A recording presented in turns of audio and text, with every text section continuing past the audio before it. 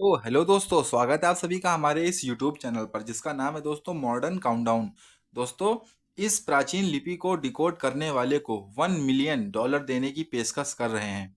रहस्यमयी सिंधु घाटी सभ्यता ने एक ऐसी लिपि छोड़ी है जिसे आज के इतिहासकार अभी तक नहीं समझ पाए हैं, जबकि शौकिया सिद्धांतों की भरमार है। विद्वान कोड को तोड़ने के लिए कंप्यूटर विज्ञान पर अधिक से अधिक भरोसा कर रहे हैं। 5300 साल से भी ज्यादा पहले वर्तमान उत्तरी पश्चिमी भारत और पाकिस्तान में सिंधु नदी के हरे भरे घाटियों के किनारे एक सभ्यता का उदय हुआ। इसके निवासी ज्यादातर किसान और व्यापारी थे। पकी हुई ईंटों के शहरों में रहते थे, जिससे यह दुनिया की सबसे पुरानी शहरी सभ्यताओं में से एक बन गई। लेकिन लगभग 2500 ईसा पूर्व में हड़प्पा और मोहनजोदारो जैसे बड़े शहरों में लोग पलायन कर गए थे, जिनकी अनुमानित अधिकतम आबादी लगभग 80,000 थी और हिमालय की तलहटी में छोटे छोटे गांवों में बस गए। आखिरकार सिंधु घाटी सभ्यता लुप्त हो गई। दोस्तों, इसने अपने पीछे ऐसी कलाकृतियां और पुरातात्विक स्थल छोड़े हैं जिन्होंने विद्वानों को सदियों से व्यस्त कर रखा है।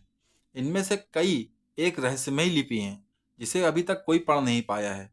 रेजिना सियनरा ने माई मॉडर्न मेट में लिखा है, इसके खत्म होने के पीछे का कारण एक रहस्य बना हुआ है। साथ ही समाज के नियम और मान्यताएं भी रहस्य बनी हुई हैं, जो संभवतः उनकी अभी तक समझी नहीं जा सकी भाषा के पीछे छिपी हुई है। प्राचीन सिंधु लिपि को समझने के लिए प्रोत्साहन देने के उद्देश्य से दक्षिण भारत के एक राज्य तमिलनाडु सरकार ने किसी भी व्यक्ति, विद्वान या शौकिया के लिए एक बड़े नकद पुरस्कार की घोषणा भी की है, जो कोर्ट को समझकर रहस्यमयी सिंधु घाटी सभ्यता को बेहतर ढंग से समझाने की प्रक्रिया शुरू कर सकेगा। हिंदुस्तान टाइम्स की दिव्या चंद्रबाबू के अनुसार तमिलनाडु के मुख्यमंत्री M.K. स्टालिन कहते हैं कि हम सभी समृद्ध सिंधु घाटी की लिपि को स्पष्ट रूप से समझ नहीं पाए हैं। पुरातत्वविदों और विशेषज्ञों के कई प्रयासों के बावजूद पिछले 100 वर्षों से इस पहेली का उत्तर नहीं मिल पाया है। मैं पुरातत्व विशेषज्ञों की संतुष्टि के लिए इस लिपि को समझने वाले व्यक्तियों या संगठनों को $1 मिलियन का नकद पुरस्कार देने की घोषणा करता हूं।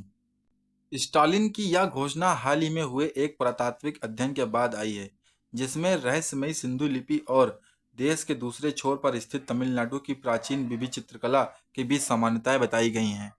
अध्ययन में पंडिचेरी विश्वविद्यालय के पुरातत्वविद के राजन और राज्य के पुरातत्व विभाग के उप निदेशक R शिवनाथन ने तमिलनाडु के 140 पुरातात्विक स्थलों से 15,000 भित्तिचित्र चित्रित बर्तनों के टुकड़ों को डिजिटल किया है और उनकी तुलना सिंधु घाटी लिपि के 4,000 उदाहरणों में से की गई है।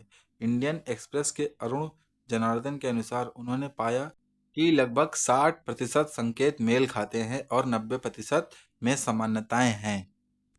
हालांकि यह अध्ययन सांस्कृतिक संपर्क का संकेत देता है।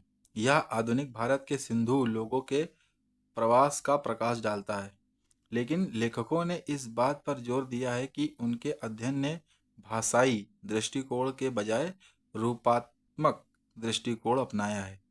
यानी दूर दराज की सिंधु घाटी में तमिलनाडु की रुचि जगाने के अलावा इसने पुरातत्वविदों को लाखों डॉलर की लिपि को समझने के करीब नहीं पहुंचाया है।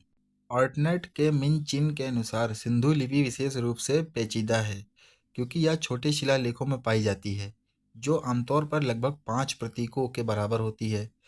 रोसेटा स्टोन जैसी द्विभाषी कलाकृति का न होना इस कठिनाई को और बढ़ा देता है। स्टालिन के $1 मिलियन के प्रोत्साहन से पहले भी शौकिया खिलाड़ियों को अपना सर्वश्रेष्ठ प्रयास करने से नहीं रोका गया। उदाहरण के लिए सिंधु संकेतों के डेटा सेट का उपयोग करते हुए मुंबई स्थित Tata institute of fundamental research की कंप्यूटर वैज्ञानिक निशा यादव ने निर्धारित किया कि 67 संकेत लिखित लिपि का लगभग 80% हिस्सा है। यादव ने BBC न्यूज को बताया, हमें अभी भी नहीं पता कि ये संकेत पूरे शब्द हैं या शब्दों का हिस्सा है या वाक्यों का हिस्सा है। हमारी समझ यह है कि स्क्रिप्ट संरचित है और लेखन में एक अंतर्निहित तर्क है। तो दोस्तों, अब मैं जा रहा हूँ कि सिंधु लोगों ने इसमें क्या लिखा है इसका पता लगाने। तो अगर आपको वीडियो पसंद आई हो तो प्लीज़ दोस्तों चैनल को लाइक सब्सक्राइब जरूर करें। तो मिलते हैं अपनी नेक्स्ट वीडियो के ऊपर। जय हिंद, जय भारत।